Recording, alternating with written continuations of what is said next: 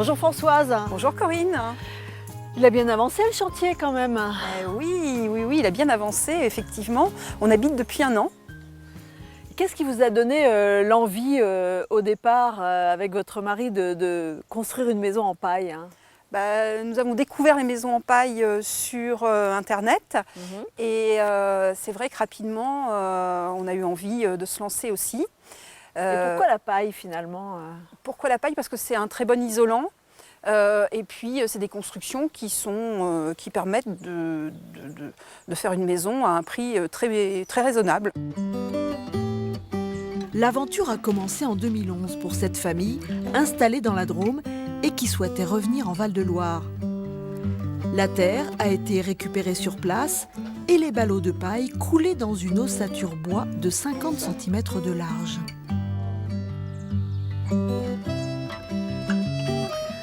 Alors est-ce que vous pouvez nous expliquer Françoise ce qu'on voit de ce mur pour l'instant? Ah, ce mur, en fait, eh bien, c'est l'argile du terrain. Quand on a fait décaisser le terrain, oui, ouais. tout à fait. Quand on a fait décaisser le terrain et qu'on a fait creuser les fondations, on a demandé au terrassier de nous mettre de côté toute la terre argileuse.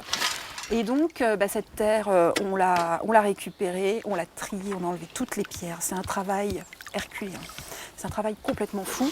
On l'a mélangé avec du sable, de la chaux, de la suure pour armer le mélange et de l'eau. Tout ça à la bétonnière, avec les seaux, avec les brouettes. Alors ça vient par-dessus la paille, hein, voilà. c'est ça? Il y a environ 4 cm d'épaisseur entre la paille et ce qu'on voit. Et ça protège la paille de l'humidité, etc., du feu, parce que s'il y avait un incendie, ça cuirait la terre. Et ça ne brûlerait pas.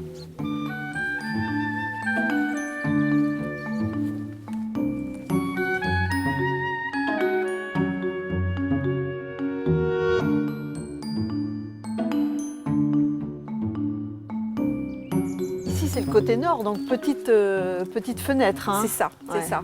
Il y a 3 petits fenestrons seulement Ça, c'est- côté nord pour éviter de faire rentrer le froid avec des grandes C'est ouvertures. important l'orientation Très dans important. toutes les constructions. Tout à fait. Ça, Ouais. 3 ans de travaux et pendant ce temps, les Guilherme et leurs 2 enfants ont vécu dans une drôle de cabane au fond du jardin.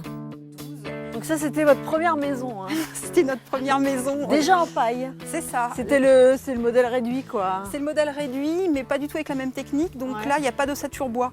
C'est des bottes de paille posées comme des parpaings et qu'on a brochées avec des morceaux de bois qu'on avait taillés.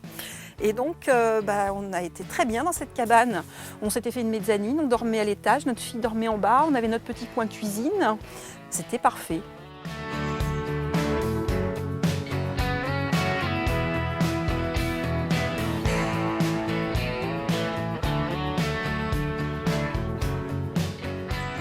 Et les fondations ont été faites d'une façon particulière, hein. Alors les fondations, c'est des fondations cyclopéennes faites avec du béton romain. C'est-à-dire que dans le fond des fondations, on a mis des grosses pierres qu'on a baignées dans du béton de chaux. Et plus on est monté, plus on a mis des pierres de plus en plus petites pour arriver jusqu'à un peu plus bas que ce qu'on voit. Et après, on a mis deux hauteurs de briques de soubassement sur 2 rangées. Et c'est là-dessus après qu'on a posé la paille en fait. D'accord. Mais je vous le fais court parce qu'il y a toute une ossature bois Donc aussi il par y a là. quand même plein de réflexions et plein de techniques qui sont Oui, oui. alternatives finalement, C'est ça, hein. c'est ça. À l'origine du projet, Dominique, le mari de Françoise, s'est fait la main sur plusieurs chantiers participatifs, car il n'y a pas de normes constructives pour les maisons en paille. Aujourd'hui, cette maison suscite l'intérêt de nombreux visiteurs. Ce sont des curieux, les gens viennent, s'arrêtent devant chez nous, regardent, posent des questions. Ouais, ça intéresse beaucoup. Et ils passent à l'acte ou pas en général? Ça dépend. Si ce sont des jeunes personnes, ils peuvent passer à l'acte. Alors tous les deux, vous avez choisi de faire par vous-même, c'était pour des raisons économiques ou écologiques? Moi, je dirais les deux. On avait envie de montrer aussi qu'on peut construire une grande maison, parce qu'on a quand même 140 mètres carrés habitables, tout en dépensant quand même très peu d'argent. Je dirais qu'on devrait finir le chantier à entre 50 et 60 000 euros pour la maison. Et puis utiliser la terre de son terrain, quoi de plus naturel, ça aussi c'est écologique. Et puis c'est sacrément économique. Économique encore, un petit poêle avec le tuyau à l'extérieur. Pour la maison, reste à faire l'enduit qui lui donnera une apparence presque normale.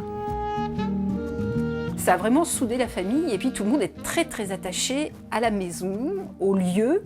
C'est marrant, je disais ce matin, notre fils et puis notre fille aînée pareil, ils nous disent « Ah non mais la maison, on ne la vendra jamais, on la garde, c'est notre maison ». C'est un sentiment d'appartenance qui est encore plus grand quand on achète quelque chose, je pense. C'est un lieu de rendez-vous. Ouais, l'avoir fait comme ça, de ses propres mains, c'est même émouvant.